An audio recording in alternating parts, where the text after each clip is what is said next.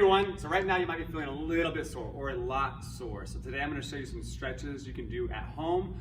They're going to help obviously get some of that soreness out, also make us more flexible and increase our range of motion, which is going to help a lot of the movements we do here at Burn. So I'm going to start with our lower body. And so from the bottom up, we're going to start with our calf muscle. From here, I like to start in a pyramid pose, so leaning in. So for example, I'm leaning into my left leg right now. At the same time, I'm trying to keep my heel down on that right side. So I'm trying to stretch that right calf right now, and then dropping that right knee to the floor as low as I can, and then holding that. We're gonna hold these stretches for at least 30 seconds, and we wanna do multiple rounds. All right, so for our next lower body muscle group we're gonna work is our hamstring, so behind the leg. So what I like for this would be lying flat on the floor.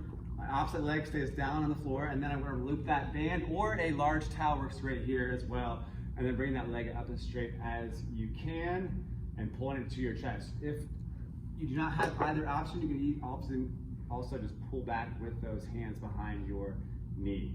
All right, so next lower body muscle group would be our quads. So front of leg here. So I like to go into a runner lunge position, leaning in, chest up, eyes forward, and then pulling at the ankle on the leg that you would like to stretch. From here, pull in, lean in, chest up, eyes forward, and hold on to that stretch. If we're struggling to stay in that position, which it can be a little bit tough to get into that position, we can do a sideline quad stretch as well. It's a little bit easier to get into. All right, so while we're in that runner lunge position, we're going to focus on the hips. We might have tight hips, and a lot of us do due to sitting a lot. So from here, starting that runner lunge, leaning in. So for example, I'm leaning into my left side, and then I'm feeling a nice stretch to my hip flexor on that right side. Don't go to that point of pain, just go to that point of nice stretch. So now we're gonna work on the upper body. So we're gonna start with the chest. So what I like for the chest would be belly down, chest down, and leaning over to one side for that nice stretch through your pec muscle and through your lats.